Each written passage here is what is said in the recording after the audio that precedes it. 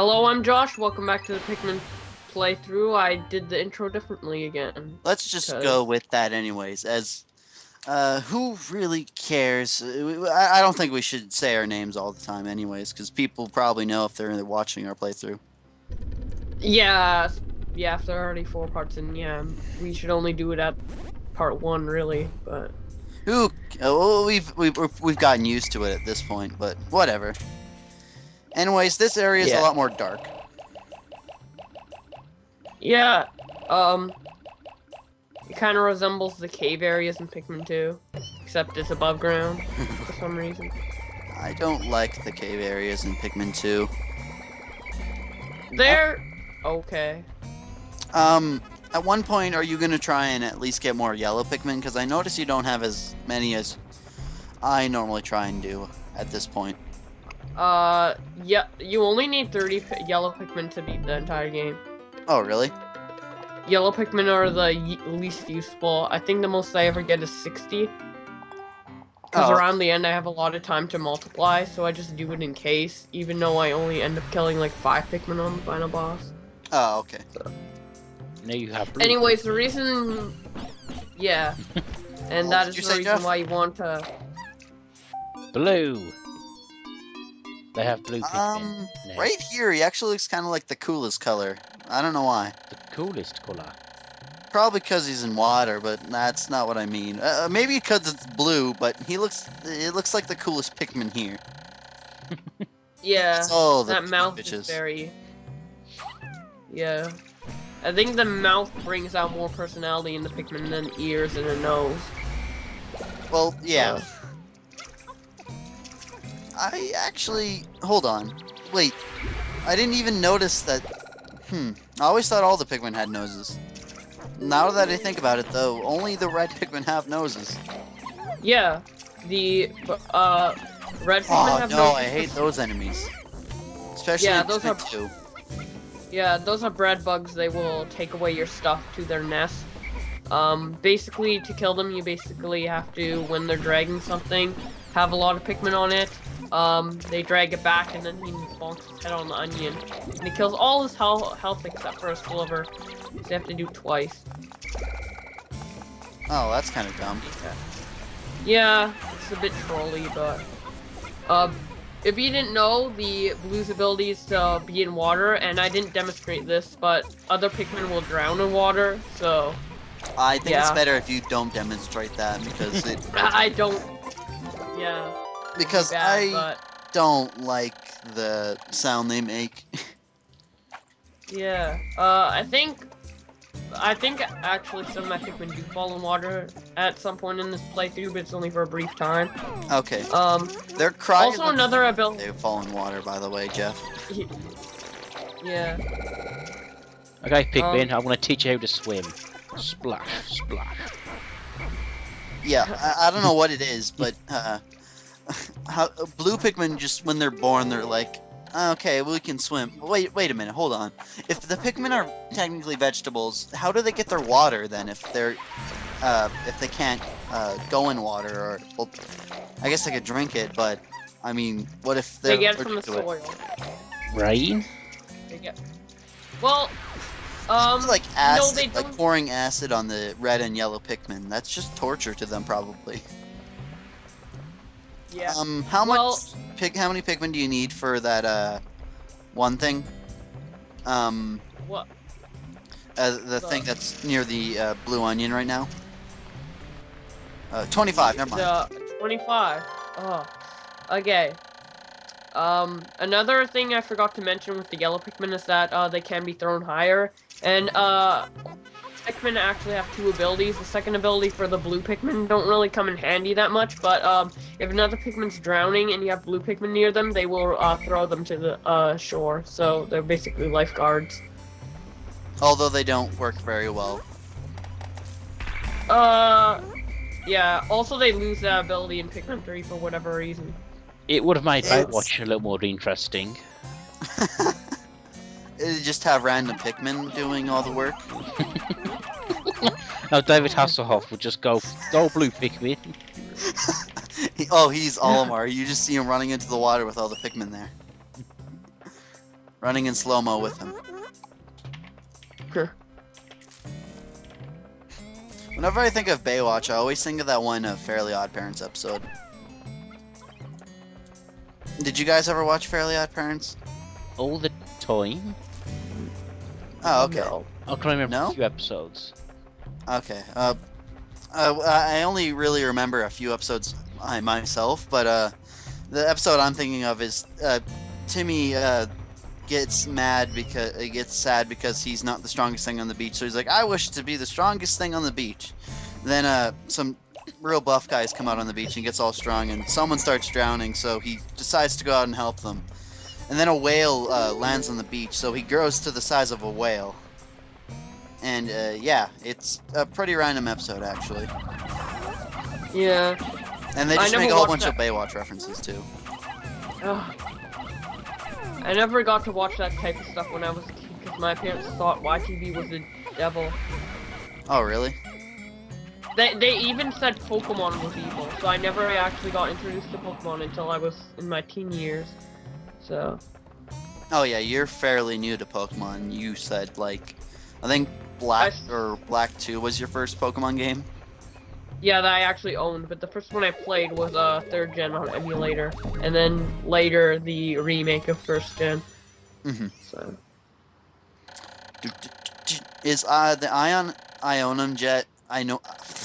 Ionium Jet optional, or is that mandatory as well? Mandatory. Okay. The next optional part is actually the one we got from the bread bug, which is the space floats. And we are bringing that back now, so. There's basically 5 optional parts. I think 1 per area, I'm not too sure though. Yeah, probably is 1 per area. Yeah, wait, no. There's, Wait, there's 6 areas. No, there's 5 areas, but, in the impact site, there's all of them are required, so I think there's 2 optional parts in... I'm trying to think. I think there's 2 optional parts in the distant spring. And then 1 optional part everywhere else except for the impact site. Oh, okay. So, yeah. Ugh. Anyways, I think this is the part where we're gonna get the most amount of treasures. What do you mean by treasures? Like most parts? Parts, yeah. There are treasures in Pikmin 2, so... Oh yeah, I yeah. can see confusion a bit. Well, not confusion, but Yeah. I can see why you called it that. Yeah. I always ended up calling it that. Yeah. There's a red Pikmin on that collectibles. pellet. It's gonna go die. Yeah, I He's know. I gonna found that leave out it. later. You monster. I'm pretty sure it dies. I'm not too sure, but Yeah, it probably dies as they can't go in water, so. wait, no, I find out. Like right here. I hear them. I'm like, no. You're like, ah, oh, shit again. I don't know if they die. No, No. it lives. But if it was the GameCube version, it would have died because in the GameCube version, the Pikmin drown faster. Oh, really? And also die to fire faster. Yeah. That's They a dumb extended the handicap. time in... Yeah. They extended the time in Pikmin 2, and then for the remake of Pikmin 1, they also extended the time, like in Pikmin 2. Mhm. So...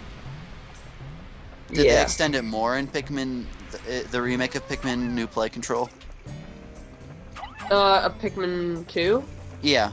I mean, like, in Pikmin 1, they had it really long, and then Pikmin 2, they changed it. Did they change it even further in Pikmin, the remake? No, it's the Pikmin same 1. as in Pikmin 2, the drowning. Oh, okay. Is it better to play with the pointer? Yeah. It's much better. Okay. You can yeah. play with the gamepad on the Wii, on Pikmin 3, but it's just not good, so I'd suggest just using the pointer. Yeah. The pointer is good for every Pikmin game, except for Pikmin 2, it can be debatable, between the GameCube and the, Wii, because the GameCube can be, like, more precise. Since Pikmin 2 mostly takes place in caves, it's a bit more in an enclosed area, so it's, throwing with the pointer might be a little inaccurate because of human hand motions. So the GameCube can be better, but it's really debatable. For speedruns, I like to use the GameCube, but for casual play, I always like using the Wiimote. So that's how I play. Except for in Pikmin 3, because the gamepad controls on that game for some reason are horrible. Yeah. So, yeah. One thing about the Forest Naval, though, is it takes a long time. It's a slow area. No, not really. Well, It actually, a Distant Spring takes the longest for me. This one actually is the one I get done the fastest, I think. really? Oh. Like how much time do you beat it in? Actually, I beat every area in 3 days except for Impact Site and Final Trial, because those are The shortest levels. yeah, those are the 2 shortest levels. Actually, if you combined them both together, they'd make A 3-day cycle. 3-day cycle, which they actually did that in Pikmin 2. They did remake maps in Pikmin 2. For the final area in Pikmin 2, it was just the Final Trial, the Impact Site, and then they covered it in autumn and stuff. And this is the part where my Pikmin almost drowned. But they don't. Speaking of 3-day trial, though, Jeff, have you ever played any of the Zelda games? Yes. Okay. I was just wondering, just in case, like, just in case one of us decides, yeah, I kind of want to do Zelda. And you're like, no, I wanted to do that Zelda game. Who hasn't played Zelda? Lots of people. Is it people who haven't played Zelda haven't played Zelda? Oh, yeah. Actually, I have an uncle who's in the gaming industry, and he said he's never played a Zelda game. You have an uncle in the gaming industry? Yeah. Well, he was in the gaming industry. I don't know if he's in there anymore, because he's, like, unemployed and trying to find jobs and stuff. But he used to, be the, I don't know what they're called, the guys who, help with the motion in games, like in sports games when they strap people with sensors and then they get motions for the models in the game. They're the motion cap. He helps with motion cap. Yeah, he helped with motion cap at EA. He doesn't do that anymore though, but good, because I hate EA. Yeah. He's a smart man because he probably would have gotten screwed over somehow. I was going to say the 2 Zelda games I've played most is Ocarina of Time and Wind Waker. Oh yeah. I think I should. I don't know if I should pick up Wind Waker HD or not. My good friend doesn't have a Wii U, but his favorite Zelda game ever is Wind Waker. So, you know how there's that Wind Waker Wii U bundle, right? Yes. Yeah. He says he's gonna wait for that to come out, and then he's gonna get that for Wind Waker, and probably the only other game he said he's probably gonna buy on the Wii U was Rayman Legends. That's already come out, the bundle. I know. Wait, the Wind Waker one? Yeah, it came out on the 20th. Oh, okay. September. He doesn't have money for that right now, though, so he'll probably have to wait for some time before he'll get that. Yeah. Some people some people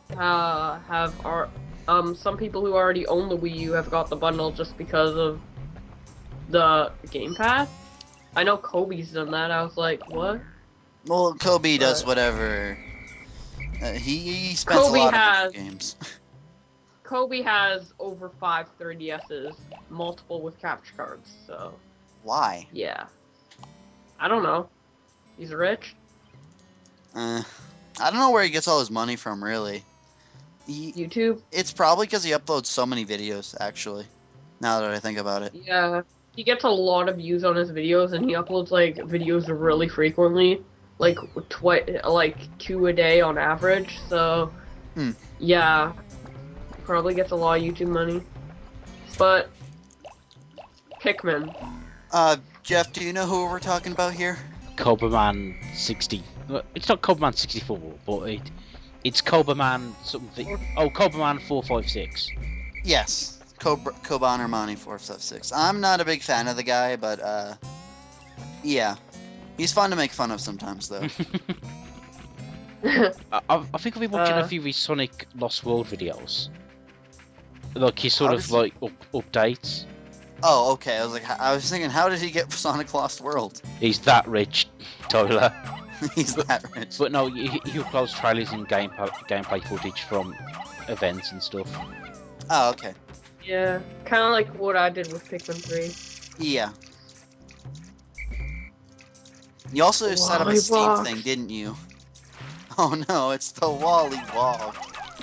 That really the are worst the enemy probably in Pikmin 1.